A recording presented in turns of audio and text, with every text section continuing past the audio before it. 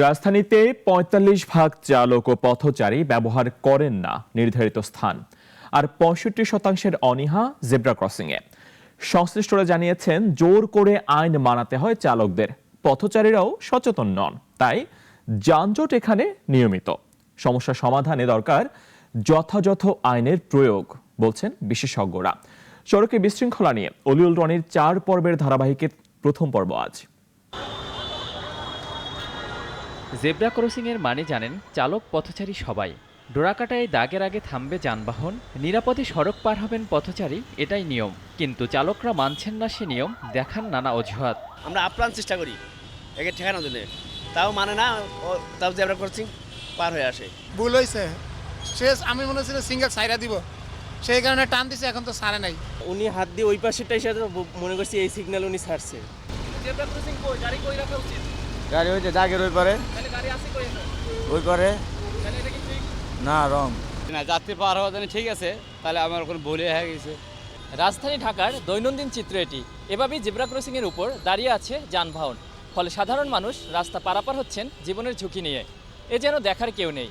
বিশেষজ্ঞরা বলছেন, zebra crossing মানাতে হলে আইনের কঠোর প্রয়োগের সাথে দরকার অবকাঠামোগত উন্নয়ন।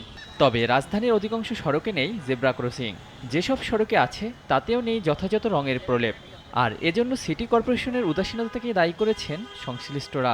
ইন্টারসেকশনে যেন প্রতিটা জেব্রা ক্রসিং থাকে, এটা সিটি কর্পোরেশনকে বলা হয়, কিন্তু এটা সিটি কর্পোরেশনের কাজ। আমি বলবো এটা আপনি সিটি কর্পোরেশনকে বলেন যে কাজগুলো যেন দ্রুত করে দেয়। তবে সিটি কর্পোরেশন বলছেন, দায়সারা মনোভাবের সুযোগ নেই। সেই সাথে আরও জানান, সড়কে শৃঙ্খলা ফেরাতে কার্যক্রম চলমানের কথা। কোনো জায়গায় যদি না থেকে থাকে সেটা অবশ্যই ডিএমপি আমাদেরকে ইনফর্ম করলে ইনস্ট্যান্টলি আমরা এগুলো করে দিই। সুতরাং উদাসীনতার কোনো সুযোগই নাই এখানে। আমরা সবসময় আমাদের টিম মাঠে আছে। শহরের কাঠামোগত উন্নয়নের পাশাপাশি যথাযথ জবাবদিহিতাই পারবে সমস্যা নিরসন করতে, জানান বিশেষজ্ঞরা।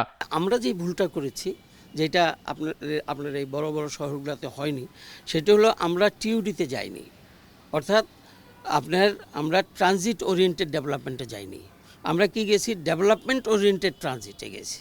জেব্রা ক্রসিং খুবই গুরুত্বপূর্ণ বিষয়, বাট খুবই অবহেলিত একটা বিষয় আমাদের সড়কে। কারণ দেখা যাচ্ছে জেব্রা ক্রসিং করার পরে এটা অল্প কয়েকদিন উঠে যাচ্ছে, সেটা রক্ষণাবেক্ষণ করা হয় না, থাকলেও সেটা ব্যবহারও করে না। পাশাপাশি হচ্ছে যে পথচারী রাস্তা পারাপারের জন্য জেব্রা ক্রসিং অনেক জায়গায় খুঁজেও পায় না।